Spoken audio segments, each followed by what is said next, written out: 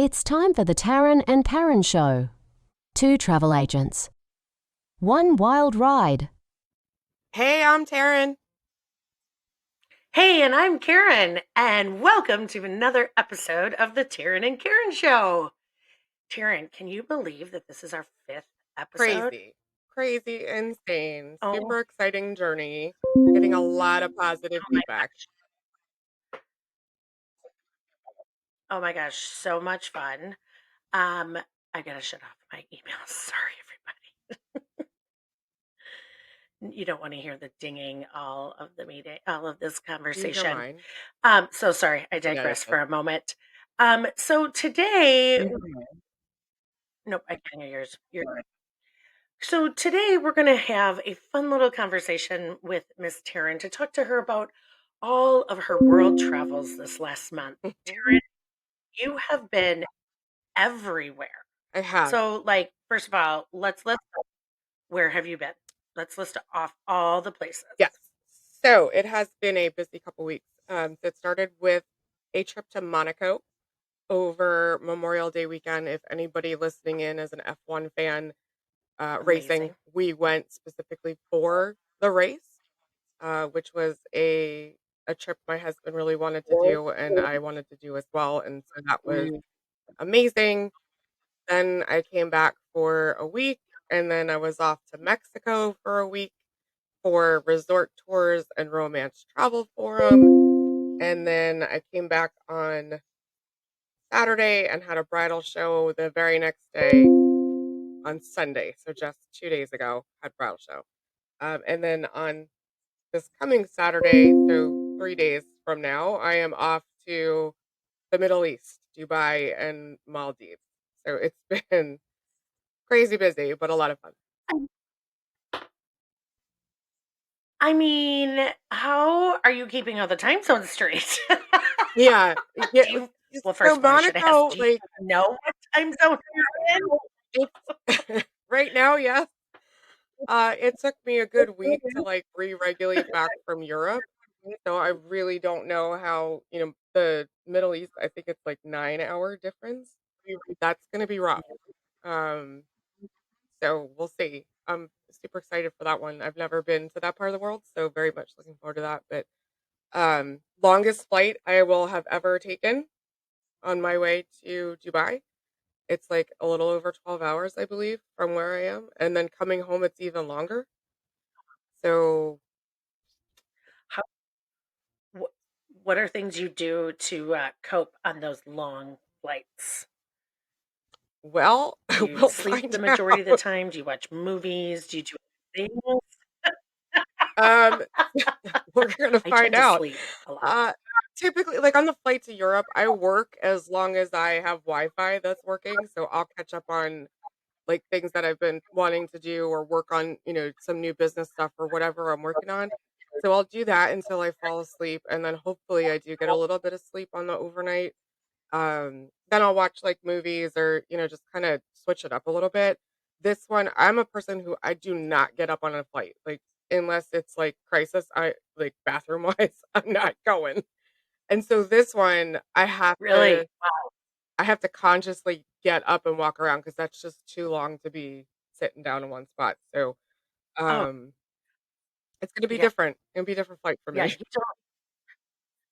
That's gonna be a long flight. Do you get one of those big, like, neck things? Like, when you're sleeping, you're like, I did like, actually. I have one. I makes me claustrophobic, so don't use I it. know. I just got one right before Monaco actually, and it's like it's not memory foam. It's like squishy, and so hopefully that Mhm. will help. It is. It didn't help. But I wound up sitting on it on the Yeah. way to Monaco. So Oh, hey, that helps. I mean, it your tailbone, I don't know, for me, after about 6 hours, my tailbone's like, "Hey, yeah, can we get up and do a few laps yeah, here?" So, let's talk a little bit about Travel Forum in yes. Mexico.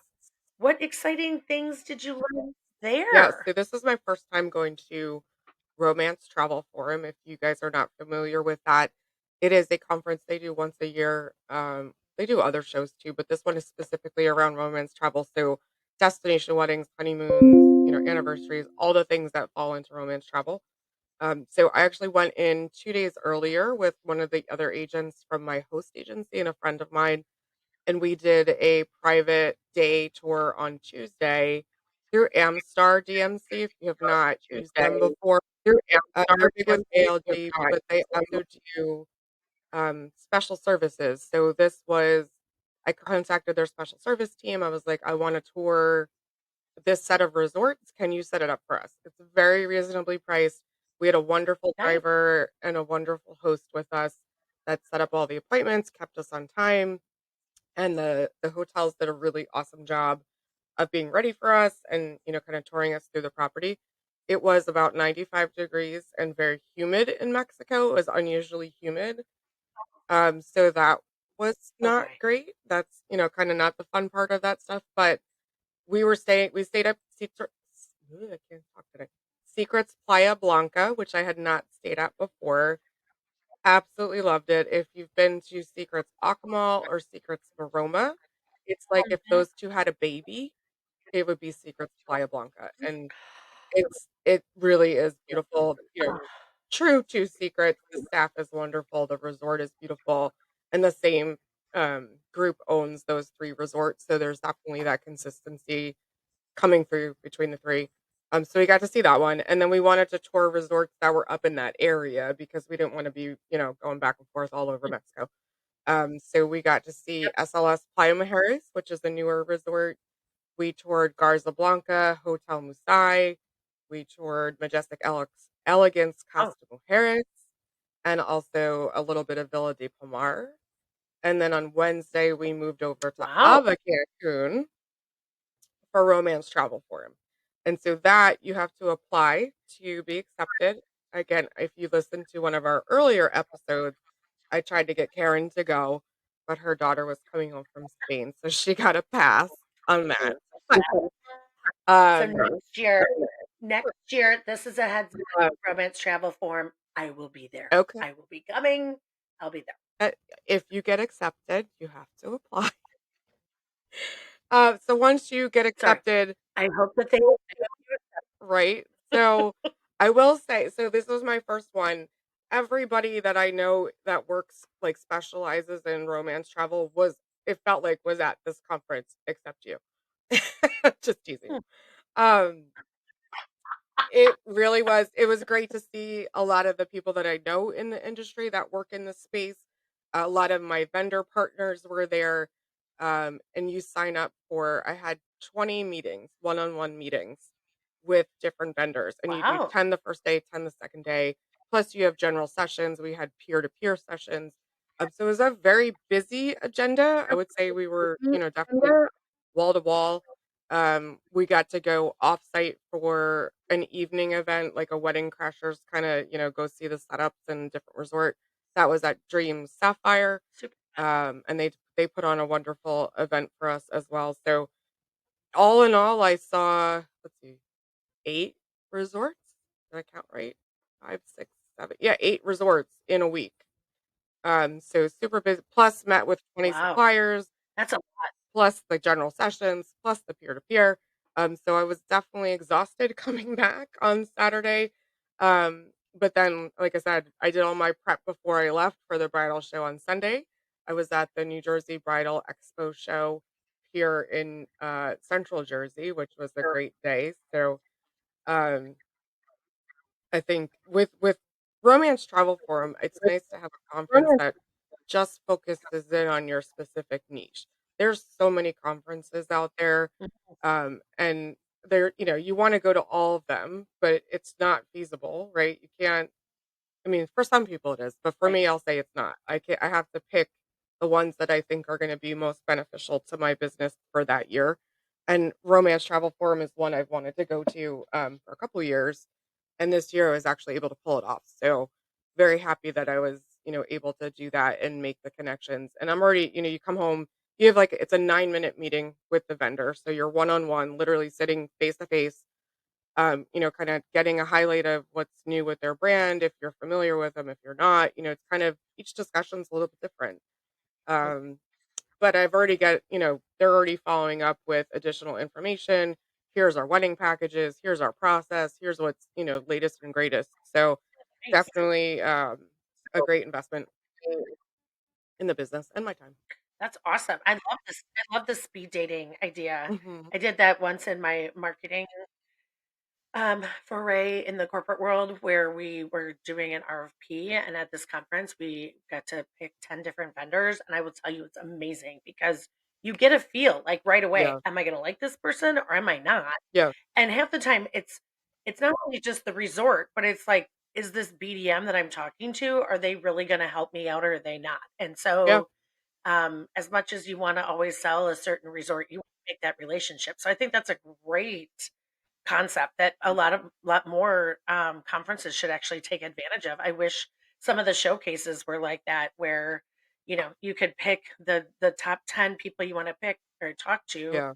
and here's your time slots, and you get 10 minutes and you go, because really that's about the right amount of time to get a good feel, and then you have a follow-up call, Yeah. right, where you just Yeah. continue to have deeper Yeah, discussions. that's a great Um, point. but that's awesome. That's a great point. And the other thing that was great is That's like if there was somebody that you really wanted to meet with, but still maybe you didn't match up or you didn't have time to do it, we still had evening events that everybody was at. Like the vendors were coming, we were there. So you could still connect offline. Like I grabbed a couple of my BDMs and did some, quick social videos. We did some not to blow surprises, but we are gonna be having some special guests on our podcast. And a couple of Yeah, them, we are. yeah, couple of them were at the Sure. Woo, woo, conference, woo. so we did a Yep. couple promo videos to help spread the word about the podcast and their guest appearances. So you get to connect on different things, and also after those, very, I don't want to say formal, but structured discussions, you could kind of relax a little bit. Have a little cocktail, mocktail, whatever your drink of choice is, and just kind of talk to the person and get to know them. Because as we know, this business is it's relationships. It is. Yeah. So Totally. it That's awesome. it was good. S Good. So, okay, so then you came back and you had this big bridal fair, Hmm. which I saw the images of your booth. Thank Amazing. you. Looks Yeah. gorgeous. Please, if you could pack that all up and ship it to Wisconsin, that would be much appreciated. No Um, problem. So it's funny you say that because this is my, let's say, fourth or fifth year doing this show. And when I first started, I feel like I was all over the board with my booth design. Like I had a boxwood drop, like backdrop and a neon sign and a balloon arch. And it was like, I spent so much time on that thinking it was gonna be, like, an attraction for, like, selfies, and then, we have talked to them about honeymoons, and so I killed my poor husband, dragging all of this stuff around, and he helps me set up and pack up and, carries all the heavy stuff, and, um, so I did that for what a guy. What a great yes, guy. he's wonderful. Love you, Jeff. I'm sure you're listening. Um when I look at it though, while that was really cool, it didn't say what I did. Like one of the biggest things, and Right. this might sound a little jerky, but I was looking at some of the booths on Sunday, and everybody has a different setup, right? Like your business is your business, you run it how you want. Yep. But there was one setup, it was absolutely stunning design. And to this day, 2 days later, I still don't know what they sell. They didn't have their name. They Really? had no, like, I have, if you look at some of my pictures on Facebook or on Instagram of the show, I have a banner with my logo at the top. My name has vacations in it. It's very clear when you walk Yep. up to the booth what I do. And so I kind of I looked at this booth, like I said, stunning design. They had beautiful decor, they had flowers, they had food, they had tablecloths, and like I said, I still don't know, are they an event company? Are they a food company? I don't know. So my gut check test is when I look at my booth, do I if I don't know who I am, will I know what you do? And so over the years, we refined our setup. And so now it's 2 tables, 1 on each side. I have the backdrop in the back. My sandals rep brings their standees, so we had those, on each side, beaches and sandals. Yep. And then they have this new little pop-up table that was really cute. And our goal is to bring people in, to our little U shape so that the 3 of us, so it's me, my husband, and my sandals rep work the show. Um, we can kind of talk to the couples and their entourages as they come, because usually it's at least 2 people. Sometimes you up to 4 or 5 people. Like if mom and dad are there, the sister, bridesmaids, whatever, who's coming. So we try to manage the traffic and be able to still have room for people to come in and not feel like they don't have space to come in. So um the setup, the backdrop I've been using for, I'd say, probably 3 years. I have a really great printer if you need one. It's a 10 by 10. It comes in a really big cube, fits in the car. I have the hooks and they have the pipe and drape already there, so we just hook it up. I bought the tablecloths off Amazon. I have a Perfect. runner from Vistaprint and like all the brochures. So we've got, like, we were set up, I'd say, in a half hour. It was really, really quick. Oh my God, that's awesome. Yeah. So Yeah, I'm looking at my booth design for this next year because I've got the big backdrop, but I'm trying to figure out what my new hook is gonna be. I mean, it says Walz to Walz travel, and the banner talks about all the different things, yeah. but What kind of show I'm is trying it? to figure out what the definite hook is. Like why do you want to come in? Yeah. Why do you want to why do you want to come in and talk to me? What kind of show? Is it a So I bridal think show? this last year was is a Bridal bridal show. show. Okay. And I'm in a great area that is filled with a lot of great traffic. It's just trying Yeah. to get people to not be afraid, right, To to come come in in. because Yeah, I think sometimes they feel when awkward. people go to bridal fairs, So yeah, they're like, I don't know what to say, and it's like, just you know, ask me, what do you do, or you book honeymoons, like yeah. just trying to figure out even how to make it more welcoming. I kind of want to have just like a margarita machine. That's so you. Just be like, would you like a margarita? That is What kind? so What flavor? fitting Let for me you. Like, I feel like you need to do that. It's interesting that you brought I that kind of would up like my because, um, I would say 2 things that were different for me at the show was I did not do a, like, sweepstakes raffle basket kind of thing this time. So I've done that in previous Mhm. years, and I think it's a good barometer of, like, the people who actually stopped by your booth versus the list of all attendees that maybe didn't make it to you. But there's also Right. a very significant portion of people who just go around and enter to win. And then it's mom entering and dad Yep. and the sister, like everybody's entering. So you maybe get false leads Everyone. in that basket. And so I said, I'm going to try it without. And so I will say, in general, the traffic in the booth, I think, was less than previous years. I think the general traffic of the show was less. There were less vendors, less Oh. traffic. But I'm not gonna Hmm. judge the show yet because the conversations we did have with couples, whether it was weddings or honeymoons, were very, I'd say, high intent, qualified people that were coming specifically to talk to us about that particular time of their life, whether it was a honeymoon or a wedding. I'd say we walked away with a good handful of very solid destination wedding leads, and some really good honeymoon conversations. The other thing I would say is your booth position impacts things incredibly a lot. Um, I had a very busy Mhm. stand across from me that was handing out samples of food.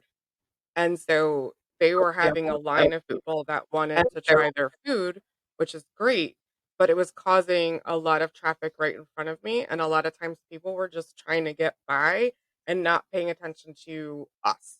And so um, Uh, if I do the show again, there will be a discussion about moving where I was.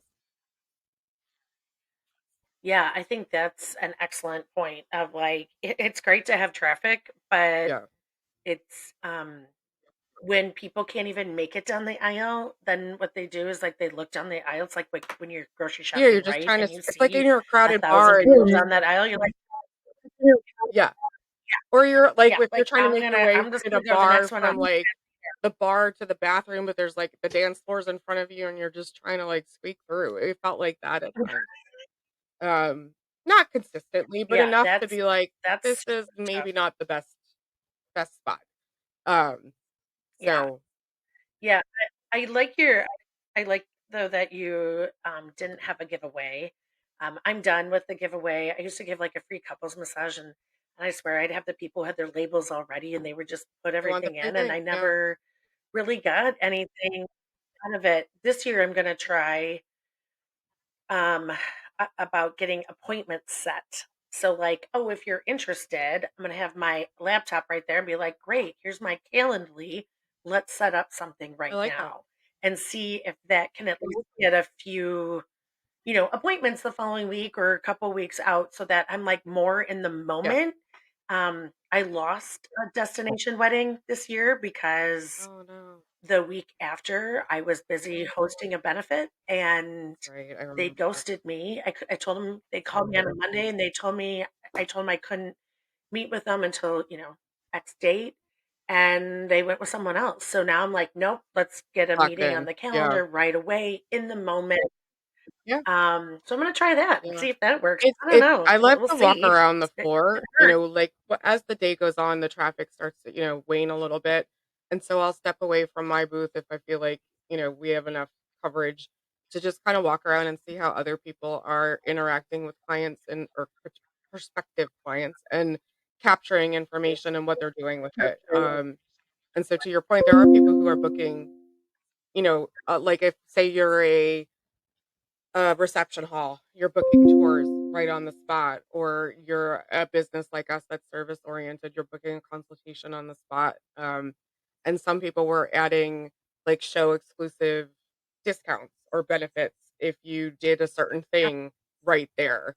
And it's not always like book us right now and you're going to get this discount, but within a certain period of time after the show, like if you say for example, you order your favors within 2 weeks after the show, you got the show discount or something like that. Yeah, And so yeah. I think there's different.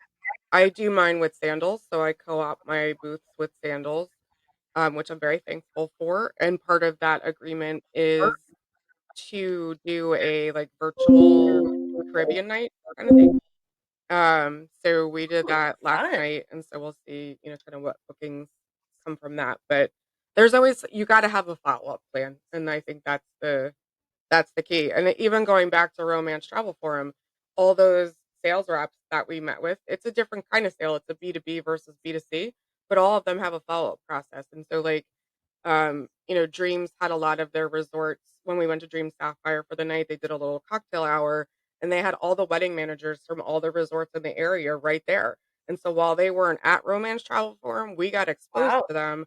We were able to exchange information and they're already following up. And one of my favorites, it's Secrets Maroma. I now have an exclusive offer for somebody who books a wedding there because I met that person at that show and they followed up with me and said, so great to meet you.